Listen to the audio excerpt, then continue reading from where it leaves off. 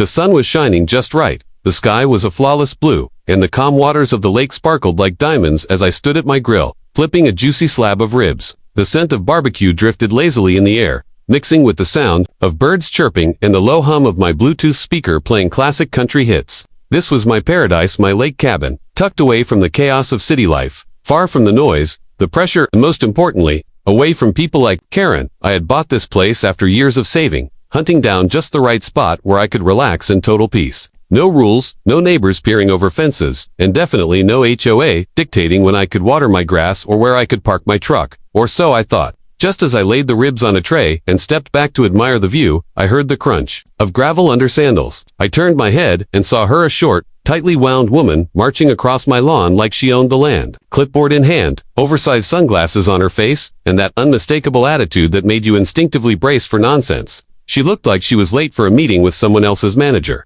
Excuse me, she barked, arms flailing. Dramatically, what do you think you're doing? I raised an eyebrow, trying to be polite despite the sudden intrusion. Barbecuing, I replied simply, gesturing to the ribs, as if the sight of the grill wasn't obvious enough. She crossed her arms and glared at me like I was breaking some sacred law. This is HOA property, sir. Open flames are prohibited. Loud music is a violation, and I don't recall seeing a permit for gatherings. I actually chuckled at that. Ma'am, I think you're confused. This is private land. I bought this property 2 months ago. It's outside the HOA boundary. She scoffed, flipping through the pages on her clipboard. Everything around this lake falls under our HOA. I'm on the board. This kind of reckless behavior endangers the entire community. I took a slow breath, trying not to laugh again. Check your maps. This lot was sold separately years ago. Your HOA has no claim here. She didn't like that answer. Not one bit. Her mouth tightened like she'd sucked a lemon, and then, without another word, she pulled out her phone. I stood there watching as she dialed, pacing back and forth like she was orchestrating a major criminal sting. Yes. 911, she said, in a voice full of false urgency. I'd like to report an unauthorized fire and suspicious activity on community property. It's a safety concern. I was stunned. Was she serious? Over a BBQ. My own BBQ. I stepped aside and grabbed my property folder from inside the cabinet file I kept with all the documents just in case something like this ever happened. But I never imagined I'd need it for something this ridiculous. 3 minutes later, I heard tires on gravel again. A county sheriff's deputy pulled up in his cruiser, stepping out slowly and tipping his hat as he approached. Karen immediately rushed to him, pointing at the grill like it was a crime scene. That man is trespassing. He's endangering the neighborhood. The officer looked from her to me, and then to the grill. Afternoon, sir, he said politely. Mind telling me what's going on? I handed him my folder and gestured toward the cabin and lake. This is my property. Bought it 2 months ago. There's no HOA here. No restrictions. I'm just grilling some ribs. He glanced over the documents, nodded, and then looked back at Karen. Ma'am, this property is outside your HOA's jurisdiction. He's not in violation of anything. Karen's face turned the color of boiled lobster. That's not possible. We've always had control over this area. It's been part of the community for years. The deputy raised an eyebrow. That may have been the case, but the previous owner sold this parcel separately. The sale's been recorded and registered with the county. It's private land now. She sputtered, looking like she might explode. But, there are bylaws. We have authority over the lake. Not this side of it, the officer said firmly. This cabin is on unincorporated land. That means no HOA. You don't have any legal power here. I tried to hide my grin as Karen stood there frozen, her clipboard hanging loosely in her hand like it had suddenly betrayed her. The deputy handed me back my folder and said, "You're all good here. Enjoy your BBQ." He gave Karen a stern look before adding, "And unless there's an actual emergency, let's keep 911 calls for real problems." She didn't say another word. Dust turned around and stormed back the way she came, muttering under her breath. But as she disappeared, I flipped through the folder again, checking the original deed and old notes from the previous owner. That's when I saw something curious tucked in the back of the file, almost like an afterthought. Was a handwritten note that read, "HOA lease on lakefront facilities expires this year. Check usage rights." Something about that line made me pause. I read it again. Lease usage rights. I had assumed the HOA's only claim around the lake was symbolic or based on old agreements. But what if there was more to this story? What if Karen and her weren't just being annoying, they were squatting on rights that no longer existed? That's when the real idea began to form. What if I wasn't just defending my right to grill ribs on my own land but standing at the edge of something much bigger, a quiet war that Karen had no idea she'd just started. And this time, she had picked the wrong neighbor. The next morning, I couldn't stop thinking about that handwritten note in the deed folder. HOA lease on lakefront facilities expires this year. Check usage rights. The more I thought about it, the more curious I became. Karen's confidence when she marched onto my land wasn't just arrogance. It was the kind of attitude someone had when they thought the law was on their side.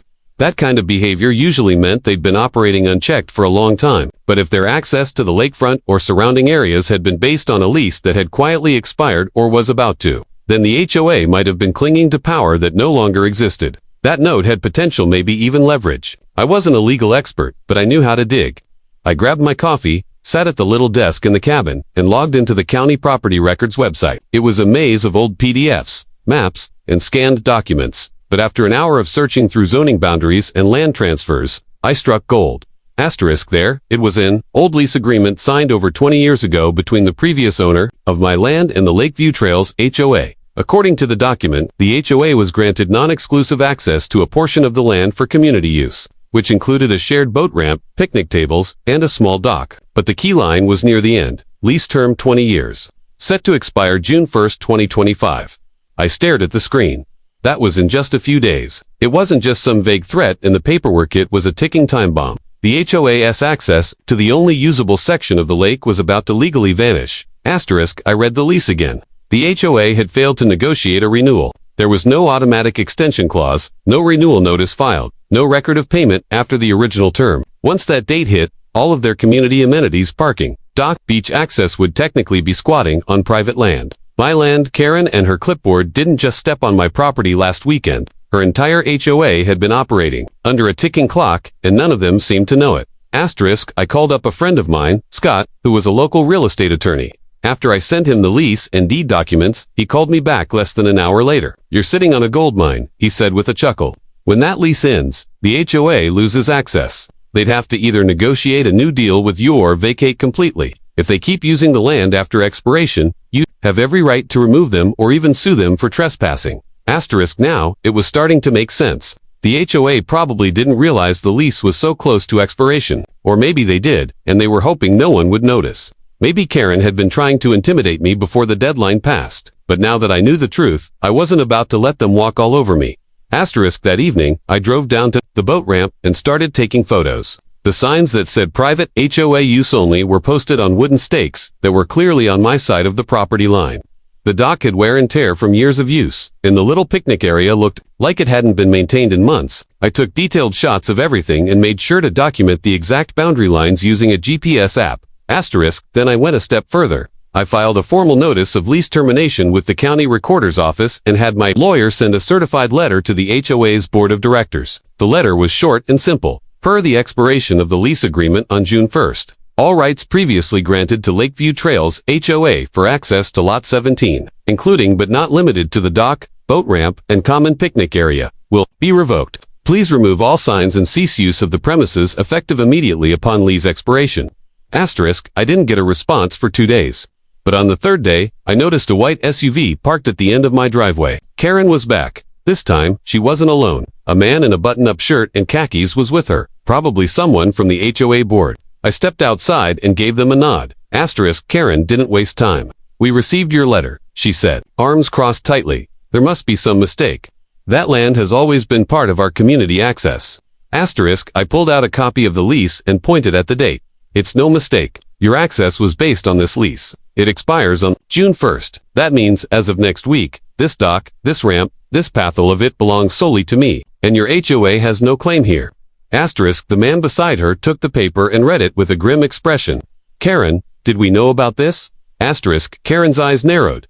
It doesn't matter. We'll file a motion to renew it automatically. It has to carry over. Asterisk, I shook my head. That's not how it works. You'd have needed to renew it before it expired. There's no renewal clause in this agreement. You're out. Asterisk, they left without saying another word. But I could see the cracks starting to form in their confidence. The next day, I saw members of the HOA quietly inspecting the area, taking down signs, removing old benches, and trying to look inconspicuous. They knew the clock had run out. Asterisk, what started as an annoying confrontation over ribs and music had turned into something much more satisfying. I hadn't just won the right to grill on my land, I had uncovered a hidden weakness in their system. And now, in just a matter of days, the power they had clung to for decades would dissolve completely.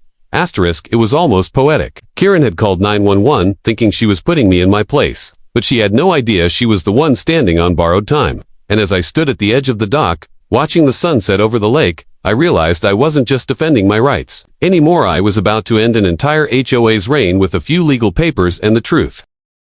June 1st arrived with the same peaceful calm that had drawn me to the lake cabin in the first place. But the silence in the HOA community was anything but peaceful.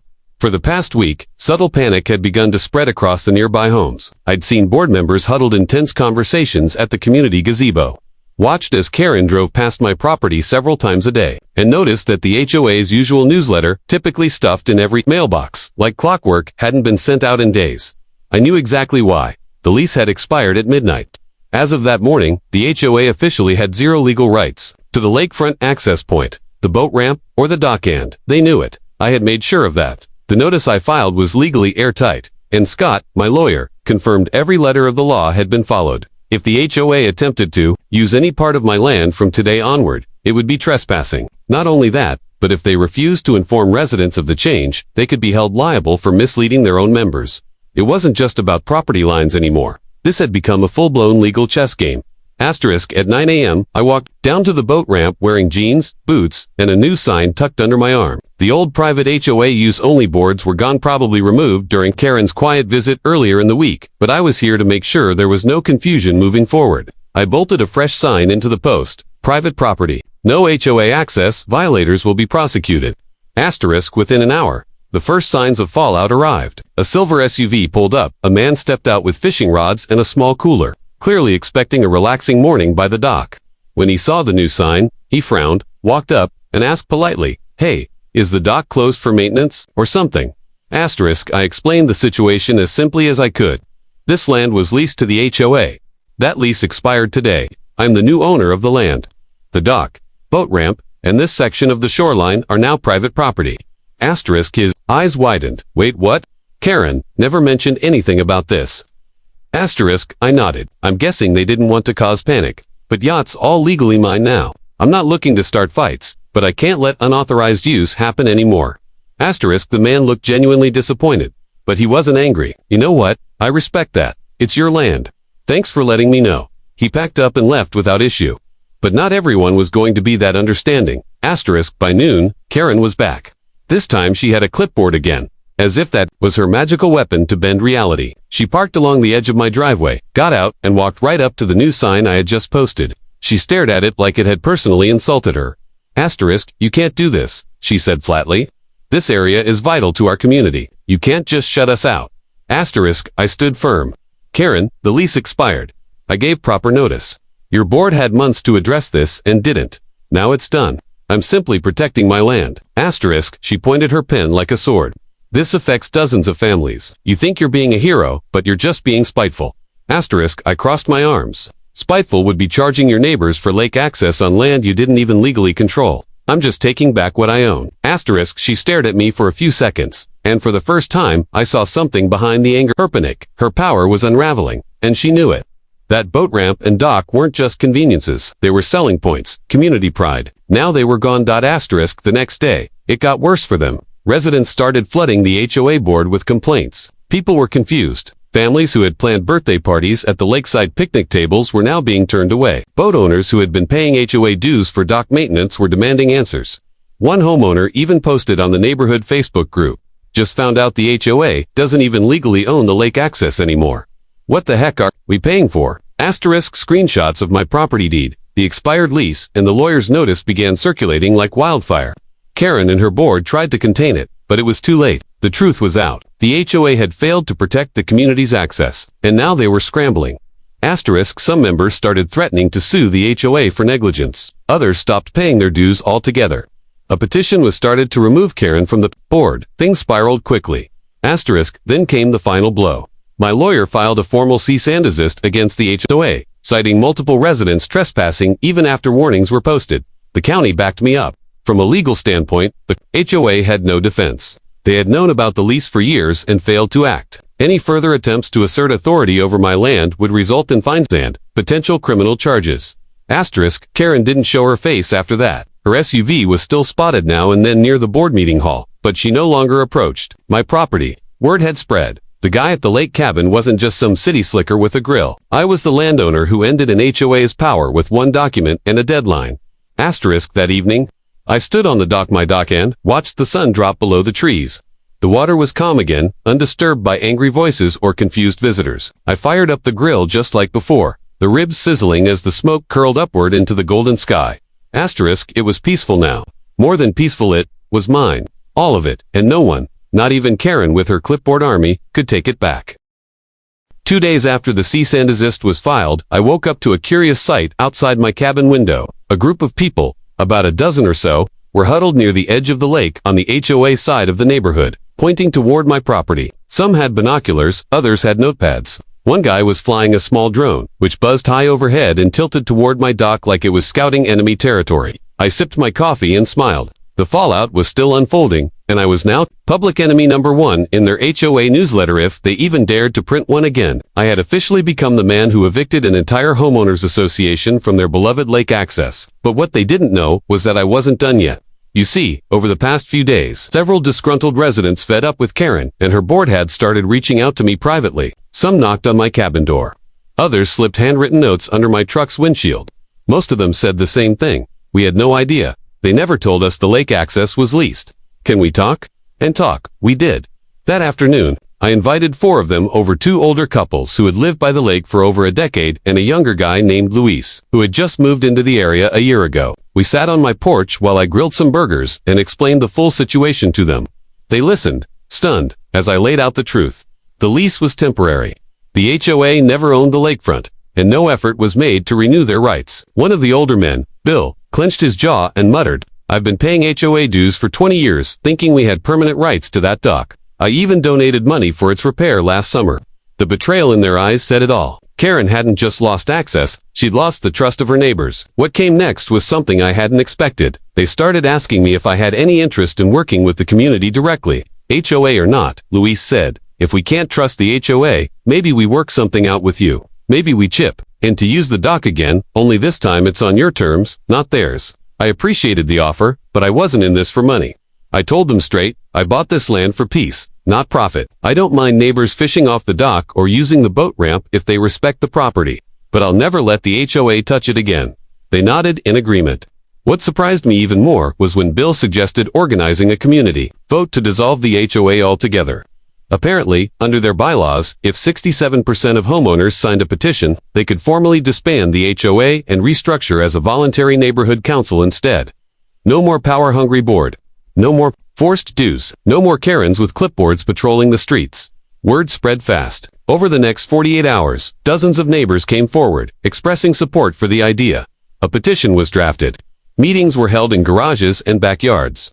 People started comparing old HOA emails, documenting inconsistencies, and tallying up years of mismanaged funds. Someone even found evidence that Karen had paid for landscaping work in front of her house using HOA funds. That was the final nail. Within a week, over 70% of the community had signed the petition. A formal dissolution request was filed with the county BHO, once a ruling force around the lake was effectively dead. Karen, stripped of her title and influence, was suddenly just another homeowner with a bad reputation and a lot of angry neighbors. She tried to fight back one last time. I heard from Luis that she'd hired a lawyer and was threatening to sue me for interfering with neighborhood order. But her case didn't go anywhere. Every legal document was on my side. Every boundary was clearly marked. Every action I took had been lawful and reasonable. When her threats fizzled out, she vanished. Her house went up for sale 2 weeks later, and not a single person seemed sad to see her go. But here's the best part: after the HOA dissolved, and after the drama died down, the community slowly began to rebuild itself naturally. I started seeing real neighbors again, not nosy patrols or rule enforcers, but people who genuinely wanted to help. Bill and his wife dropped off homemade pie one evening. Luis came over with lumber and helped me reinforce the dock. Families brought their kids to fish in the mornings, always asking politely and never leaving trash behind. What had once been a battleground transformed into what it was meant to be all along, a shared slice of peace and joy. And the oddest twist, some of the former HOA board members even apologized. One woman named Denise rang my bell and admitted she never knew the lease was set to expire. Karen ran everything, she said. We just followed her lead. We trusted her. I accepted her apology, After all, the fight had never been personal. It was about principle. Looking back, it's wild to think that all of this chaos started because I wanted to grill some ribs in peace. One BBQ, one Karen, with a phone, one 911 call. That was all it took to unravel years of HOA dominance and expose the truth that had been buried under paperwork and ignorance. But in the end, justice wasn't served with anger or revenge. It was served with facts, law, and patience and, maybe just a touch of smoke from my trusty grill. Now as I sit out by the dock in the evenings, legs dangling over the water, and a plate of ribs in my lap, I think about how close I came to letting it go. How easy it would have been to just roll over and accept the HOA's threats. But standing up, even when it seems small, has power. Sometimes all it takes is one person refusing to be pushed around for others to see. They don't have to either. And the best part, the lake is quiet again. Peaceful. Just the way I always imagined it tonally. Now, it's shared with people who respect it. And more importantly, with people who earned it. The wind whispered across the lake's surface as I sat in my favorite rocking chair on the porch, a cool drink in hand and the slow crackle of charcoal burning in the grill beside me. The sun was dipping low, painting the sky in warm streaks of orange and pink, and every little thing felt exactly right. The chaos, the stress, the standoff with the HOA 8 was all behind me now. The property was quiet, peaceful, and mine in every sense of the word. But the journey to this serenity wasn't just about a legal victory or getting rid of a loudmouth HOA board. It was about reclaiming something deeper, the right to peace without interference, to enjoy the fruits of your labor without someone dictating how or when. And the best part, I hadn't just won that right for myself, I had helped an entire neighborhood realize they could too. It had been nearly a month since the HOA formally disbanded, and the changes were visible everywhere.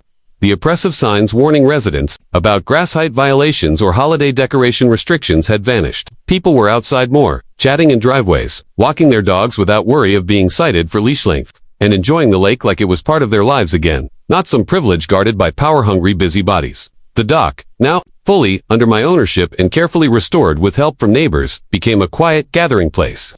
Every Friday evening, a few of us would bring folding chairs, some firewood, and snacks, and we'd watch the sunset together. It was never anything formal, no rules, no schedules, just real people enjoying real moments. And it all started with a barbecue. Karen, the former queen bee of the HOA, was now just a cautionary tale.